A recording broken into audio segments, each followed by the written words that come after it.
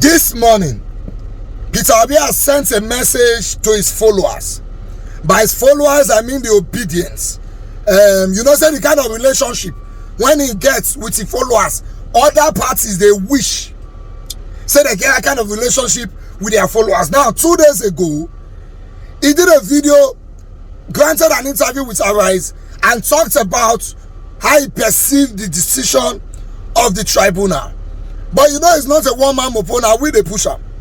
So today, he has decided to respond to those of us who are solidly behind him, and he has sent us a message explaining his plans and how he needs us in our capacity as Obidients to support him for the movement ahead. Let me show you the news. Message to all Obidients and my supporters. Despair is not an option. My dear Obidient family and supporters, I trust that you have listened to or read my reaction to the judgment delivered by the Presidential Election Petition Court on Wednesday, 6th of September 2023. Understandably, there have been a note of general disappointment within our fold and indeed the general population of Nigerians who hoped that the outcome of the February 25th presidential election would usher in a new, different Nigeria of our dreams. The dream has only just been deferred for now, but remains alive for all times. Since the tribunal verdict, there has been a note of general despair among the Obidients and the generality of our supporters. I assure you all that on this journey, despair or surrender is not our option. Today, I want to personally reach out and encourage you all to keep the hope alive, considering the challenges that lie ahead of us as a movement. Despair is not an option. Nothing good in life comes easy.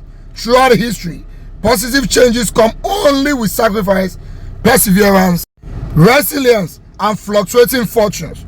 Right from the onset of our journey, I told you all that the journey upon which we were about to embark was not a short sprint, but a long and tough marathon. It was always going to be difficult, painful, and excruciating. We set out knowing fully well that the forces we are up against are entrenched and formidable, but not insurmountable. They will resist the wind of change and try to push us into surrender or despair. We must not succumb to their design. I am inspired that we have endured the odds placed in our way at every point.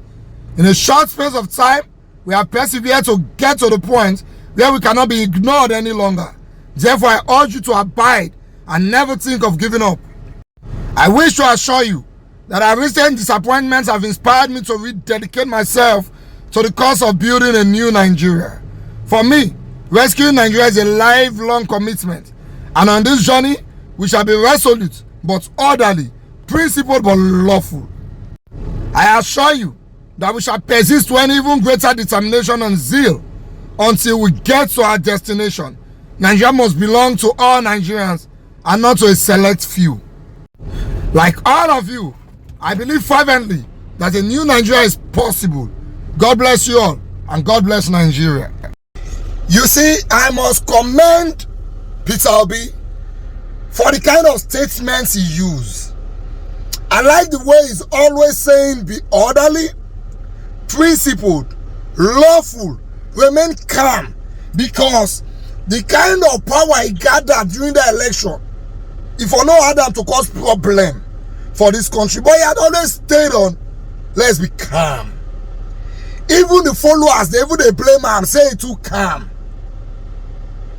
If na Peter Obi use those words, we will learn how the people use for a written address by now, therefore don't blame him for all the problem we happen for Southeast, Southwest, North Central, Northeast. In fact, but the one we happen for Libya and Gabon, therefore say I ain't cause him. But the man is a smart man, and God has given him wisdom. So we thank God for the wisdom.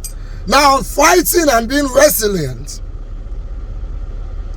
you don't expect the person you call your leader, when they lead this man to just give up like that. I've always said it. Go and research about how blacks gained independence in countries like Portugal, Brazil. What do you say cause this what they call pidgin English? When our forefathers were taken from Nigeria to Britain, They did not know what was English. They had to force themselves to try to speak it. That's how we arrived at Pidgin English. They had no say, they had no freedom, they had no hope, but they fought on. And they're still fighting till today. And they gained freedom. To the extent that a black man became the president in America.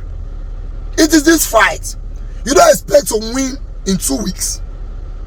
But if we keep fighting on, we will come to an expected end and a positive result.